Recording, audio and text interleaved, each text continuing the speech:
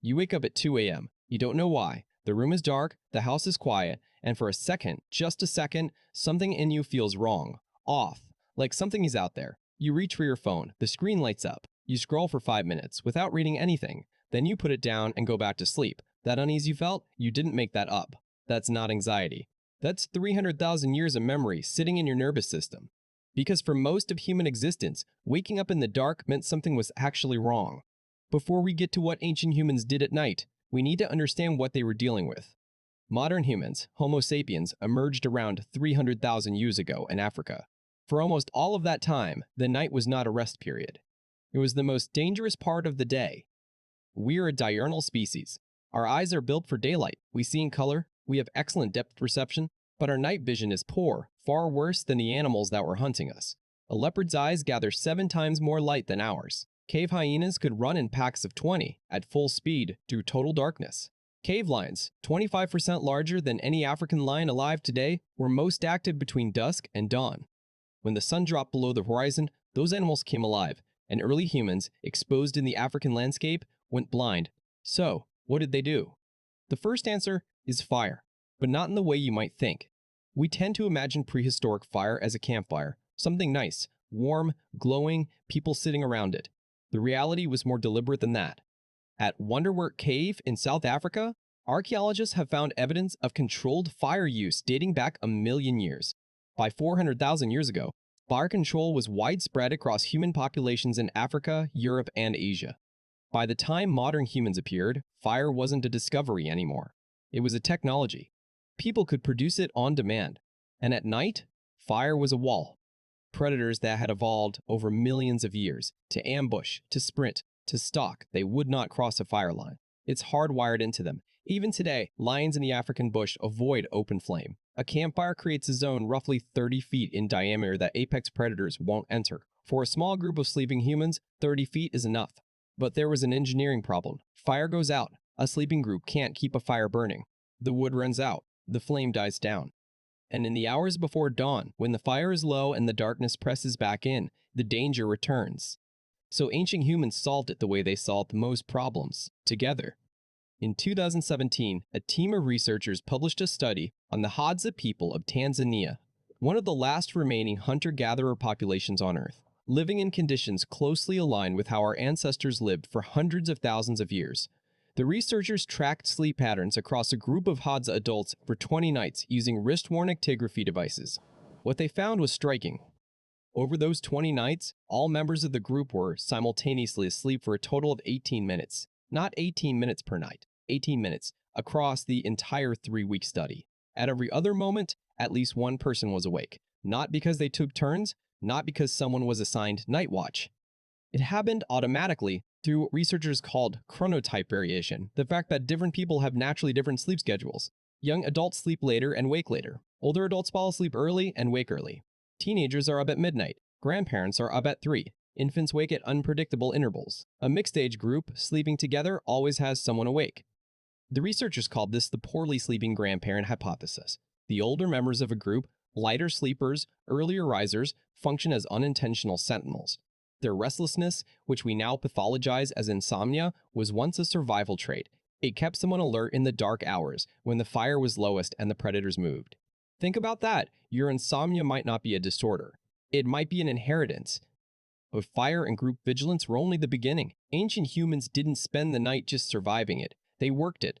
At Border Cave, a rock shelter perched in the Lebombo Mountains on the border of South Africa and what is now Eswatini, archaeologist Lynn Wadley and her team from the University of the Witwatersrand found something remarkable. Grass bedding, dated to 200,000 years ago.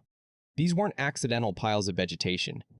They were engineered sleeping platforms, broadleafed grasses from the Panacoidae subfamily, layered and bound into mats roughly a foot thick. Underneath the grass, ash.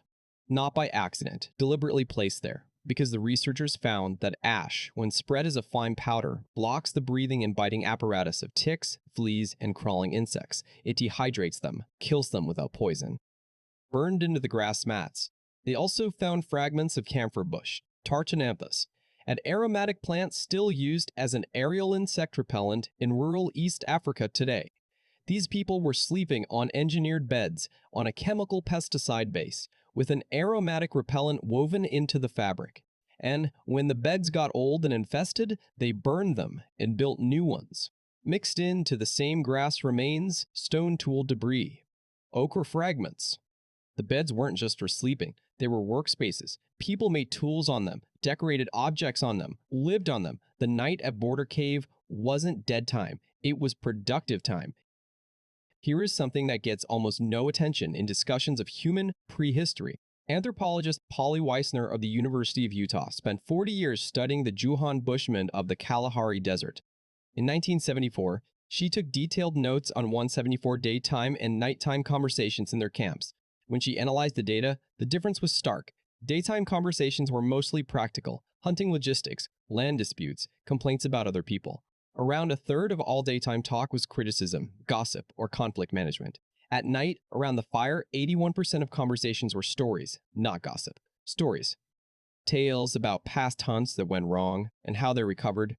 About relationships and betrayals, about strange events in other camps 3 days walk away. About the spirit world, about the dead. Weissner concluded that firelight did something to human psychology that daylight couldn't. The darkness narrowed the world. The circle of fire became the whole world. And inside that circle, something in the human mind opened up. She wrote that firelight conversations put listeners on the same emotional wavelength, and that this shared emotional tuning was how cultural values, moral norms, and group identity got transmitted across generations. In other words, the stories told at night weren't entertainment, they were the mechanism by which a community stayed a community, and some of those stories got encoded on stone.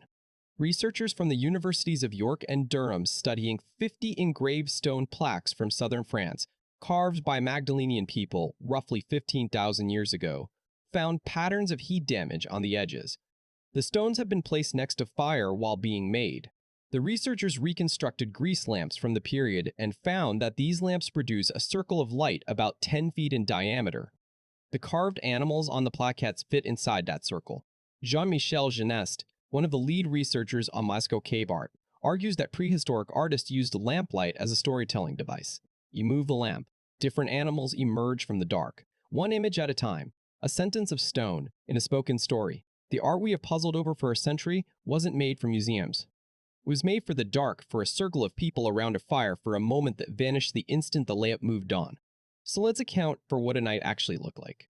Somewhere in Africa, 100,000 years ago, a group of maybe 20 people. The fire is sped before sunset. The children fall asleep early, their mothers shortly after. The young adults stay up, talking, making tools by firelight, finishing the work that the day interrupted. Somewhere after midnight, they drift off, but the grandparents are awake, have been since 3 a.m. They tend the fire, they listen to the dark outside, the light's edge. They notice when the insects stop, when the sounds change, when something moves beyond the perimeter. Nothing comes, or something does come, and they wake the group in time. At dawn, most of them are already stirring. The night is breaking, the world expands back to its full size. They don't feel like they survived the night, because to them, they lived it. Then something changed. Around 12,000 years ago, humans began settling, permanent walls, locked doors. Animals that might have been threats became domesticated. The predators that haunted the dark were pushed out of the landscape one by one over thousands of years. We built the night away. Electric light made the final move. Now the dark barely exists. A city at 3 a.m. is brighter than any prehistoric campfire. The stars that Polynesian navigators used to cross open ocean are invisible from most of the places on Earth where people live. Circadian rhythms, the very rhythms that kept someone awake as a sentinel so others could sleep, are disrupted by the blue light from screens. And we wonder why we can't sleep. Here's the thing. Everything we built to escape the dark, the walls, the locks, the light, worked. The predators are gone. We're safe in ways our ancestors couldn't imagine. But the night used to be full. It had its own life. Stories were told in it that made people feel like part of something larger than their own fear. Grandparents tended fires for grandchildren who didn't know they were being protected. People made art that only existed inside a circle of lamplight, that disappeared the moment the flame moved on. We solved the night. We just didn't notice everything we were solving it away from.